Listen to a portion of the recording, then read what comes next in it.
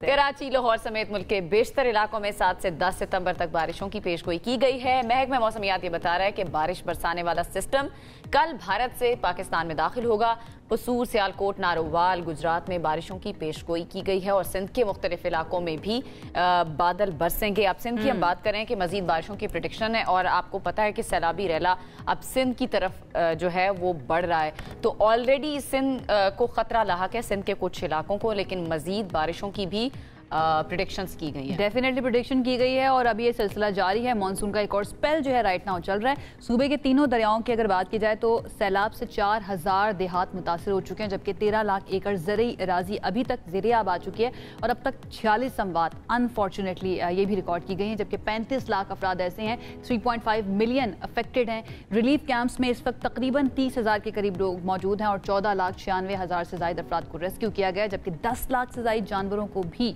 महफूज मकाम पर पहुंचाया गया है अल्हम्दुलिल्लाह। इसी बारे में मजीद जान लेते हैं रेस्क्यू रिलीफ का काम कहां पर पहुंचा है, इस वक्त मुख्तलिफ क्या सिचुएशन है। DGPDMA इरफान अली काठिया साहब हमारे साथ मौजूद हैं, उनसे इस बारे में बात करते हैं। काठिया साहब, थैंक यू सो मच हमें ज्वाइन करने के लिए। We have been following you, आप बहुत ही एक्टिव नजर आ रहे हैं, आपकी प्रेस कॉन्फ्रेंसेस को भी हम फॉलो कर रहे हैं। आज के दिन की अगर हम बात करें, अभी तक कौन कौन से इलाके ऐसे हैं जो बहुत ज्यादा मुतासिर हुए हैं और क्या सिचुएशन है ओवरऑल? सबसे पहले तो मैं ये जानना चाहूंगी आपसे। जी, बिस्मिल्लाहिर्रहमानिर्रहीम, thank you very much for having me. और इस वक्त पंजाब के 25 अजला इन दरियाओं की इनंडेशन से और इनके ओवरफ्लोइंग से वो मुतासर हो चुके हुए हैं और इसमें सबसे ज़्यादा जो रिवर चनाब था, इसके जो 10 अजला हैं उनको बहुत ज़्यादा इफेक्ट हुए, क्योंकि उसमें मल्टीपल ब्रीचेज हमें करने पड़े और इस जो हमारी तारीख का एक बड़ा पानी का रेला था, इसको वहाँ सुधारने के लिए सेफ पैसेज देना पड़ा। अब ये जो पानी है ये इस वक्त मुल्तान की हदूद में दाखिल हो चुका हुआ है और मुल्तान डिस्ट्रिक्ट के लिए अगले 24 घंटे काफी क्रिटिकल हैं। उधर जो दो मेन इसके लिए हर्डल्स हैं पानी की, हमें हैड मोहम्मद वाला पे प्रॉब्लम है, एक शेरशाह ब्रिज के ऊपर प्रॉब्लम है और तमाम टेक्निकल एक्सपर्ट्स और जो रेलेवेंट अदारे हैं वो मौके पे मौजूद हैं। इसके साथ साथ जो रावी का बड़ा पानी था वो इस वक्त चनाब के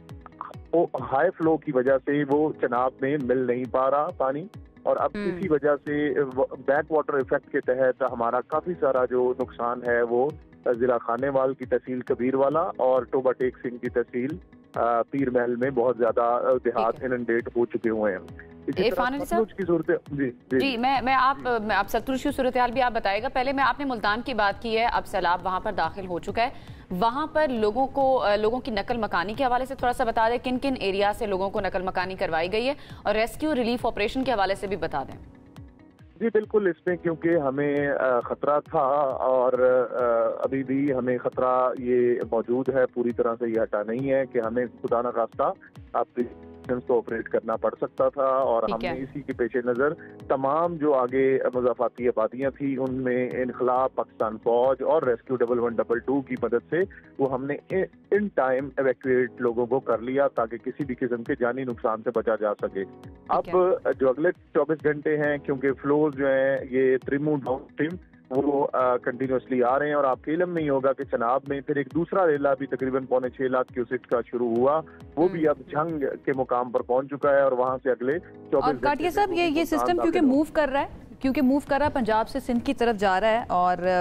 हम बता ही रहे हैं कि गुड्डू बिराज और सक्खर बिराज भी काफ़ी ज़्यादा वल्नरेबल हैं, तो PDMA जो है आप लोग किस तरह से सिंध गवर्नमेंट के कौन कौन से डिपार्टमेंट्स के साथ हैंड इन हैंड काम कर रहे हैं, उनके साथ कोऑर्डिनेशन किस तरह से हो रही है, उसके बारे में भी थोड़ा बताइएगा।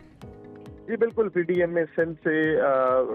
हम पूरी तरह से कोऑर्डिनेशन में भी हैं और इस पानी का जो सारी मॉनिटरिंग है ये हम उनसे रियल टाइम शेयर कर रहे हैं और हमें अब यही है कि ये आज रात और कल दोपहर के औकात में ये पानी सतलुज का, रावी का और चनाब का इकट्ठा होकर ये मुजफ्फरगढ़ में अलीपुर के मुकाम पर पंजनद में पहुंचेगा और यहाँ से फिर ये आगे 2 दिन का मजीद सफर करता हुआ राजनपुर और रहीम यार खान से गुड्डू बैराज के डाउन स्ट्रीम सिंध में दाखिल हो जाएगा। तो ये तमाम जो डिटेल्स है, इंफॉर्मेशन है, हम उनके साथ शेयर कर रहे हैं और अल्लाह से दुआ यही है कि अल्लाह सिंध को से बचा के।